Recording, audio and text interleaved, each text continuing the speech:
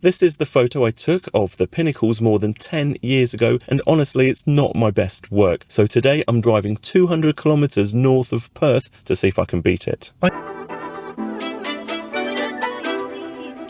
kinda adore you, but don't get too proud. You're like my favorite snack, I won't say it out loud. Back then, I think I was maybe relying on the whole fact that I had a Hasselblad camera, and at the time I didn't really realise how in demand the Hasselblad XPan camera would become over time, and I kind of regret selling it a little bit. And maybe I was relying too much on that panoramic aspect ratio maybe, or maybe I thought just because I was shooting slide film that I'd automatically get these beautiful Velvia colours. So it's going to be interesting going back to this place after such a long time to see how it feels now with a digital camera. Another thing that I'm a little bit worried about is the weather. It's raining at the minute and there's a massive bank of cloud on the horizon where we're heading up north. If this weather holds out, might not even be able to get out and photograph it, let alone getting any of that beautiful evening golden hour light.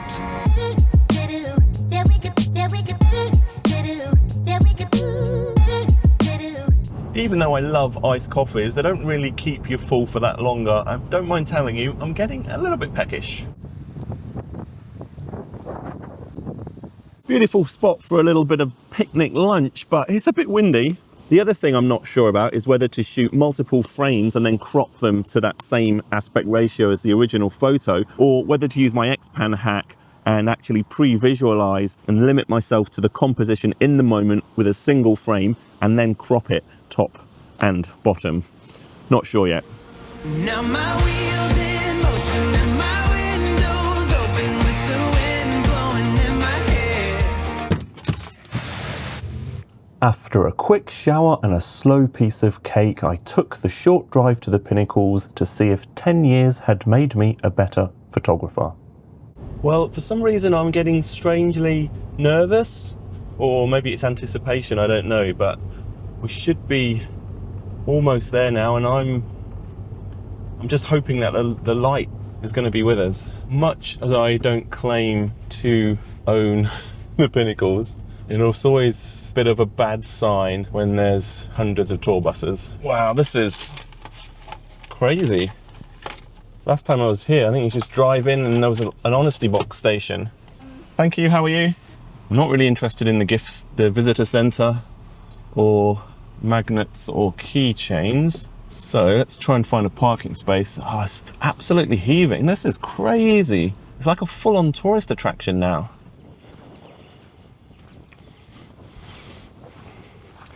So welcome to the Pinnacles.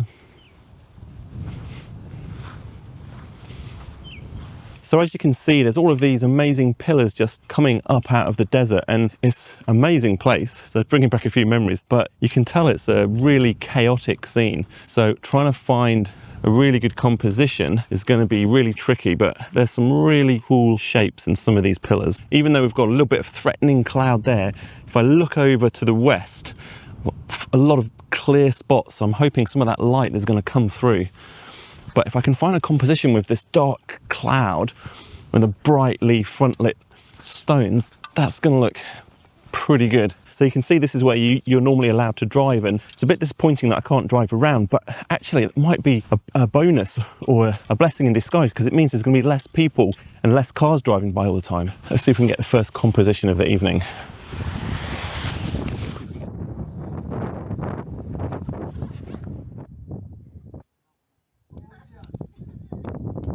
So I have done an entire video on this XPan hack. So this is the challenge. You've got to shoot in this panoramic aspect ratio, and this area here represents the exact aspect ratio that I would have seen through the XPan's viewfinder. A couple of variations on this composition, and the light's changing quite quickly, so I'm capturing a few images. I'm also bracketing. I've got a bit of beautiful blue coming out now, so I'm just going to go grab that before it disappears. And that's the first composition in the bag.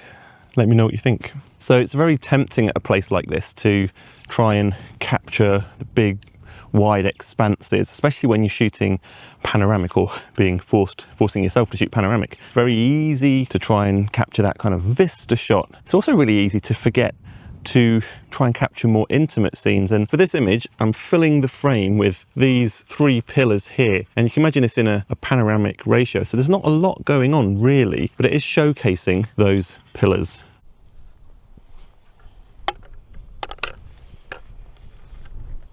So problem I've got at the minute is we're in a bit of a dip here, and I want to try and get some nice foreground of some really nice looking stones, but with the rest of the stones in the background. But of course, shooting uphill, it's really hard to capture that. So we're going to have a walk around and then kind of go up this hill.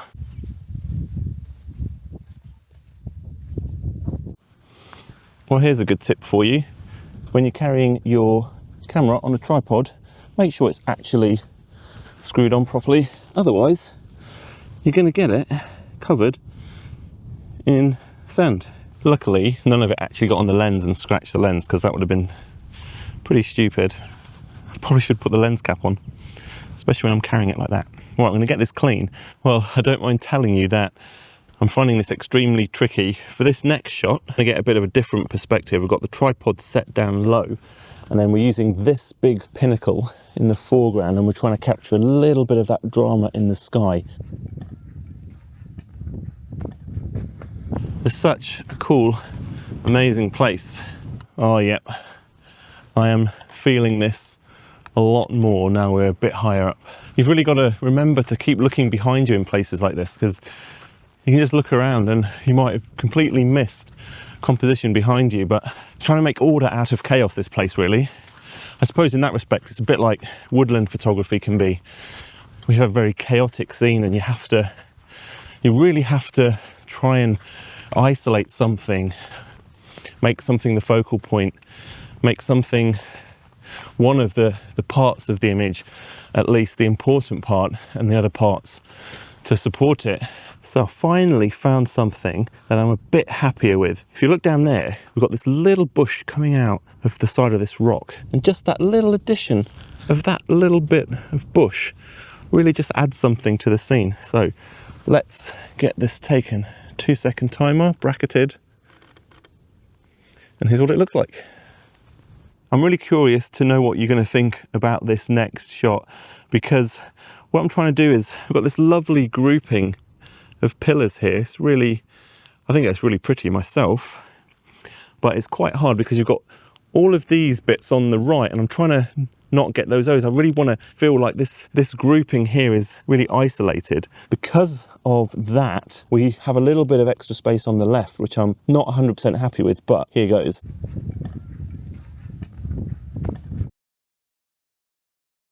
The sun's dipping down now, so it's giving us beautiful little bits of shadow coming out of these things, these pillars.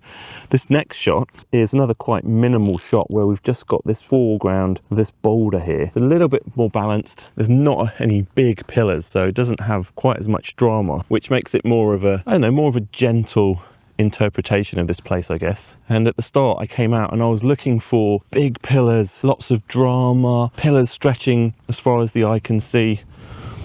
But it just goes to show that sometimes you have to, I don't know, simplify or be a bit more gentle with the scene in front of you, if that makes sense. Well, this next shot is definitely in the realm of somewhat experimental.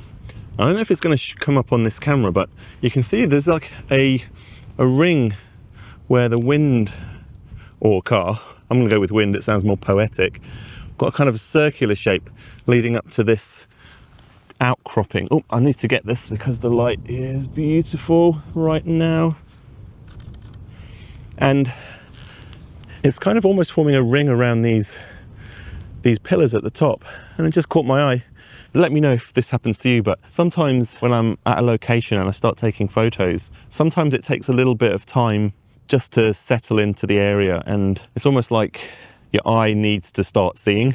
That's a bit strange thing to say, but it's almost like you need to absorb in the location a little bit before you can start finding compositions. Do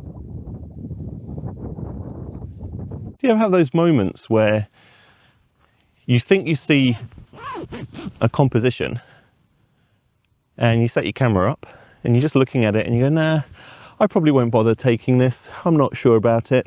You just procrastinate when it's just as easy to press the shutter button. Let me show you what I've got set up.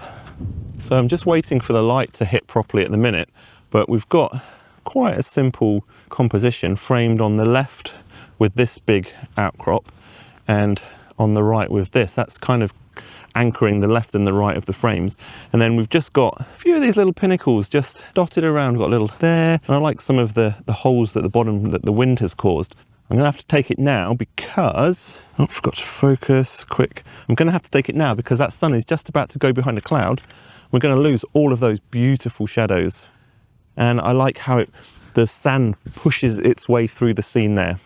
So the big question is, do I think I beat that image that I took here 10 years ago? And honestly, looking at the back of the camera screen, I'm not so sure that I did. And obviously tonight we don't really have the light. And when I took the original photo, we got a beautiful golden hue, and the Fuji Velvia just made it look so beautiful. But I am heading off for more landscape photography adventures, so if you want to see that, subscribe, check out this video next, and let me know in the comments which of those photos you like best, or if you didn't like any of them, and I'll see you in the next video.